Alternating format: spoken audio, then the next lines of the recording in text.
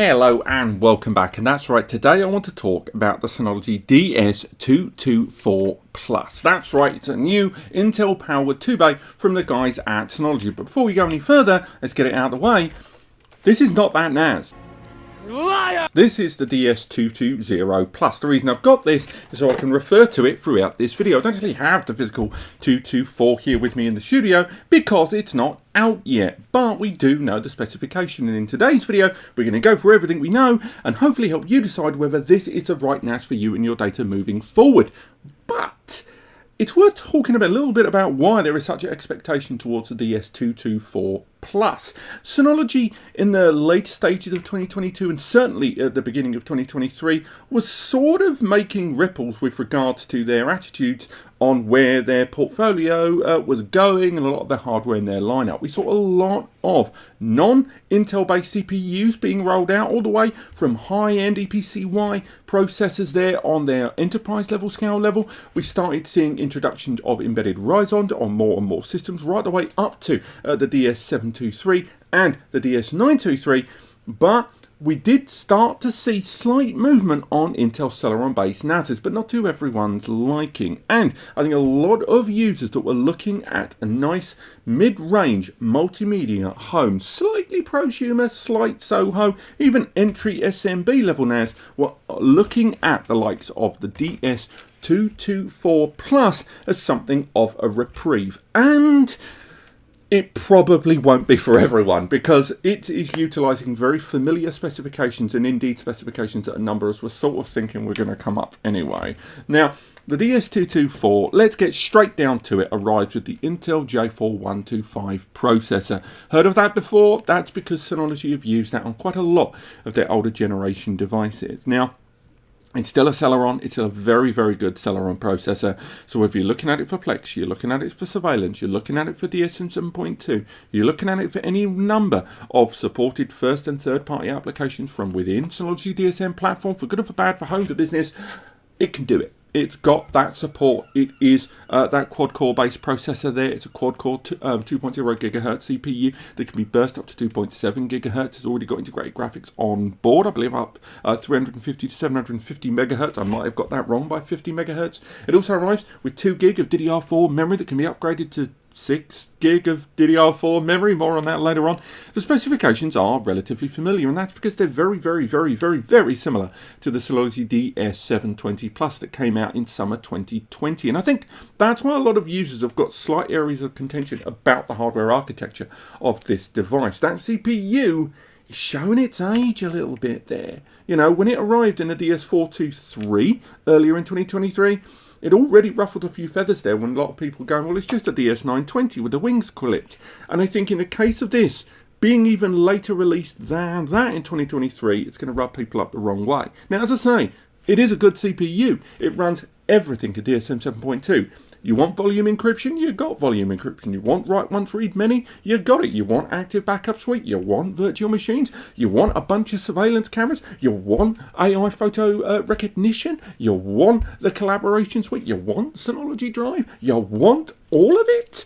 You've got it, that CPU. And Synology, you know, to their credit, have done an incredible job of making and enforcing the efficiency out of this processor after the years of them utilising it. But there's still no avoiding that while Synology sits on that CPU in this latest release of their 2-bay home and arguably SMB entry-level point series, most other NAS brands have moved onward and upward towards the N5105 processor and the J6000 or the 6412 series processor there. So it's still kind of peculiar that Synology are still proceeding with this. A lot of people are just thinking, has Synology just got a whole factory full of these processors knocking around? Who knows?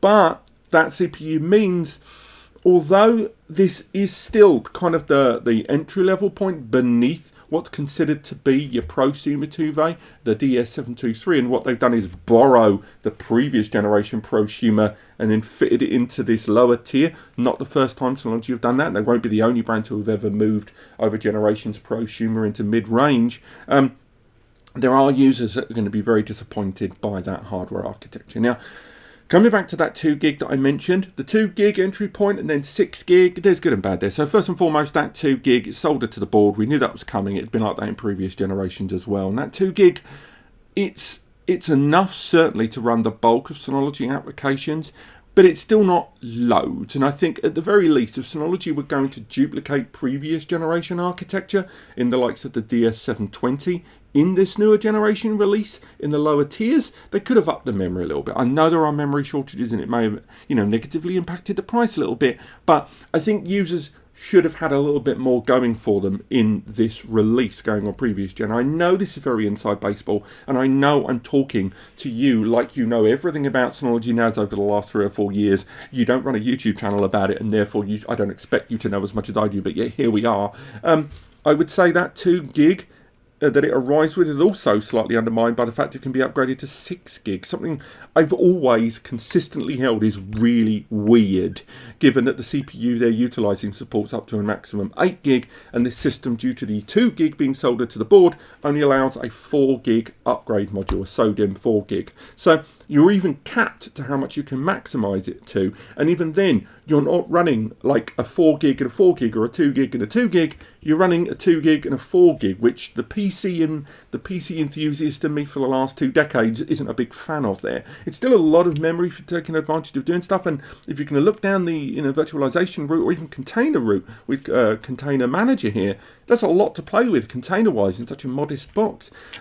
But still, nonetheless, I think that initial internal hardware architecture is going to rub some users up the wrong way. Now, if we talk about the ports and connections, very little has changed. You've still got the port there on the front, that USB. And again, I know I'm holding up the older generation device, but take my word for it, nothing's changed. Although you've got that USB port there on the front, USB 3.2 Gen 1 with a one-touch copy port, and you've got additional USB 3.2 Gen 1 port there as well. So again, a 5 gig USB either side. No upgrade towards 10 gig USB, which is a shame, but again, not hugely surprised. Synology's not exactly doubled down on USB support in their later releases, particularly with DSM 7.2 kind of clipping the wings of USB for Synology stay as security reasons, to make sure there's no way to inject stuff manually into their device. It makes sense, but it's still not great. You can attach storage devices to this, you can attach UPS devices to this, but things like network adapters, be they USB to 1 gig, USB to 2.5, USB to 5 gig, none of those are supported. And that goes along with Office accessories as well. They're completely off the table. In terms of initial network ports, it's got 2 1 gig ports there. Again, I know not everyone sees the point of 2.5 gigabit Ethernet. Not everyone is using 2.5 gigabit Ethernet, and there are users out there that will say I would rather skip straight to 10. I get it. There's arguments for and against, but still arguably, when majority of NAS providers and router providers and switch providers and even PC mobile makers and laptop, we're seeing more and more 2.5 GBE devices arriving at the same price as 1 gig. Even the NICs, the little network interface cards and the ports that are going inside these devices, the price difference at the manufacturing level between 1 and 2.5 is incredibly small, and we know that CPU supports 2.5 GBE as well in its native architecture too. So it's really disappointing to not see that here, to be upgraded beyond that 1 gig. And further still, when you're seeing greater than gigabit internet connectivity, and when you're seeing Wi-Fi 6 and indeed Wi-Fi 6E rolling out and Wi-Fi 7 just around the corner, the very idea that this NAS might be slower via a direct LAN connection for me versus that of a wireless connection in relative close proximity, or even my internet connection being faster, is severely damning. Now, some might argue there are 2 LAN ports there, so things like port trunking, link aggregation, and of course the magic buzzword SMB multi-channel to take advantage of dual and relatively easy, straightforward setup. Channeled double bandwidth is available there. But that still seems like a get-out clause when they could have put 2.5 GBE on this device, just like everybody else. Now, moving forward from that, there's not really anything else to talk about ports and connections-wise. There's no expandability via eSATA using the DX517. That's not supported here like it is on the 923 and the 723. This device can't be expanded. The 2 bays you've got there are the limit. It arrives with support of Synology Hybrid RAID, but again, as it's a 2 bay, the actual advantages of SHR are severely limited beyond when you migrate it towards a larger device there. There's no limitations with regards to compatibility, whether you're using Synology hard drives, Seagate hard drives, WD hard drives, Toshiba, they're all supported. You can use all of them, frankly. Synology only supports as high as their largest hard drive on compatibility list, but we've tested 20 and 22 and indeed even 24 off record on some NAS devices, and they have seemingly worked, although some of the 24s were very industrial. Ultimately, when it comes to this device, the hardware is not going to take your breath away, and unlike a lot of Synology releases, you're not paying for that hardware, are you? What are you paying for?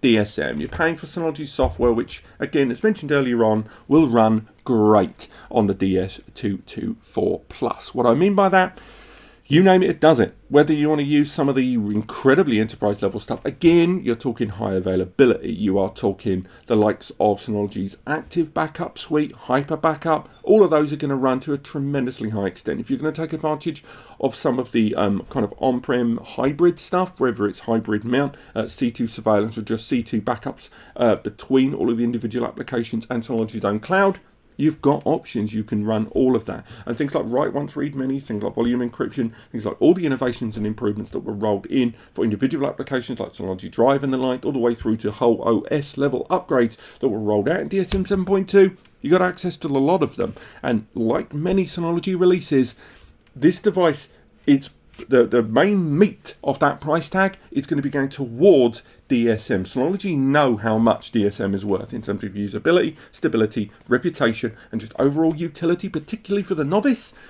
That's where your money's going to be going. So as much stick as we are giving this device for its hardware, we've got to at least give it the benefit of the doubt that Synology are not presenting it as a powerful solution in terms of hardware. They are producing it and presenting it as a powerful and capable solution for DSM. And if you are looking for the most affordable access point into the complete gamut of Synology DSM software, this is it. The DS224 is it. There are more powerful systems, but they're not going to arrive at the same 300 nicker or so price tag, with or without your tax and logistics wherever you are in the world. Price tag. This, and you can go to smaller NASs in the more value series in the ARM, but then you start to lose features because they are ARM-based NASs. The 224 will then become the lowest access point into the full range of Synology applications, and Synology know that, and I think a lot of you know that too, and that's again why, like I said at the top of the video, why the DS224 Plus is the make or break moment for a lot of NAS users. But what do you guys think of the Synology DS224 Plus? I know there's going to be mixed reactions there. Not everyone cares about servers as much as I do, and for a number of you, this is a buy once and revisit the subject in 3 to 5 years purchase. That's great. But there are users out there that follow this as much as I do, and I really want to hear from you. So do let me know what you think in the comments. There should be an article linked below to NAS Compares as well, where we break down all of the things that we know about this device. If you're still on the fence about what you need and still not sure if this is the device for you or you need advice on others, use the free advice section over on NAS Compares, the big blue button on the right-hand side of the page. Alternatively, you can use the free community support forum, the Ask NAS Compares forum, or our Discord, also linked on the page below. Alternatively, you can just reach out to me in the comments. I can't promise to be quick, but I do try to answer as much as I can when they come to questions. It's just, there's a lot there to get through. And if you found this video helpful, very important, if you were going to buy from the likes of Amazon, Newegg, B&H, Scan, CCL Online, any of those sort of shops, please look in the description to links to those stores. If you use them to take you to those stores, it won't cost you anything extra. You don't lose anything by it, but anything you purchase, and I mean anything you purchase, results in a kickback coming to here at the channel. It's just me and Eddie here at NAS Compares doing all of this, and that little passive way to support content creators allows us to keep doing what we do, but only do it if you found the video helpful and you were going to shop at those stores anyway. Apart from that, thank you so much for watching, and have yourselves a fantastic week.